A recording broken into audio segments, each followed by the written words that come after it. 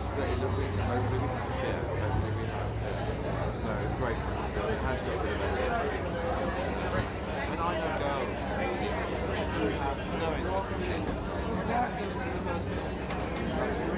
It's working it out. It's also cooking some ass. Sparking some ass.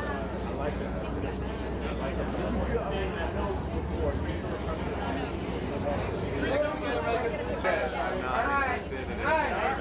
When you're ready to give me a script, it's a lot bigger. The spectacle's a lot bigger. The action's a lot bigger. The journey that the characters go on are a lot more dynamic, I think, than the first. And for someone like Kirk, who in the first film was so self-assured, in the second he's found to be weak and filled with self-doubt. And I thought that was an interesting place to start for a hero of a film.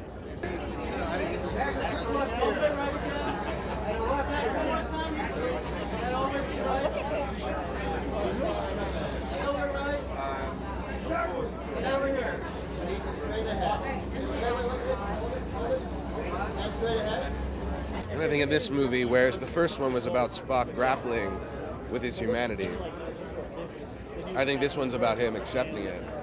And in order to do that, he needs to be more vulnerable and allow himself to be witnessed in that vulnerability.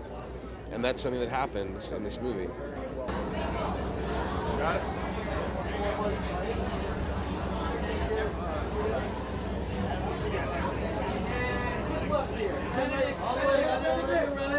He's a terrorist, a one-man weapon of mass destruction, that he's on a mission which, as an awful lot of terrorists are, that one man's terrorist is another man's freedom fighter, and there is a certain level, I think you have an understanding of his motivations that might even lend a confusing audience empathy to the antagonist in the film, which is a novelty. It's a nice, rich, deep vein of confusion to throw amongst the mix of this otherwise thrilling sci-fi action thriller. So, he's an incredible character, and I think a shadow self of Kirk's and Spock's to some degree. He plays them both off against each other, one for his human instincts and one for his Vulcan logic, and he really, really messes up the dynamic within the ship. They're closing fast, bearing 285. There, we can lose them there. You're suggesting that we utilize the passage between the approaching structures. This ship will not fit. Won't fit. Captain, we will not fit. Won't fit. Won't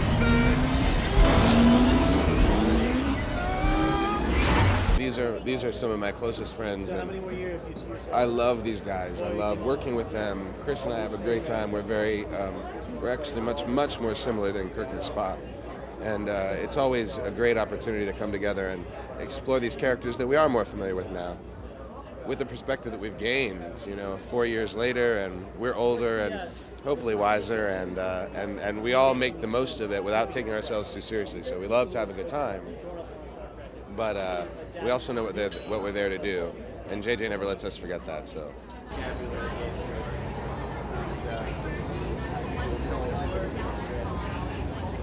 JJ creates such an atmosphere on set that it's like the first day after summer break, and you get to see all your friends and get to go back to work. And it's really a credit to him that something that where one could feel the onus of like having to live up to the Star Trek, mantle, doesn't feel like that at all. It feels like a good time. You got enough people. I do it to them all the time. I did, and I realised how much I'd watched it when I watched JJ's first film, because that brilliant rebooting and reinvention, but origin story made me incredibly sentimental about characters. I suddenly realised, well, yeah, I do have a connection with these characters.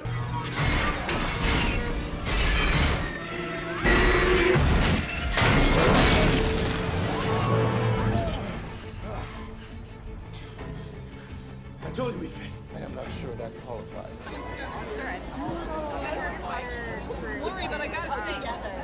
Yeah, together. So it's like a no, but the Harry Potter like casted a vote thing recently. No, not at all. It's actually the animated thing. It just ran on the company thing. We might have to look it up. Nothing.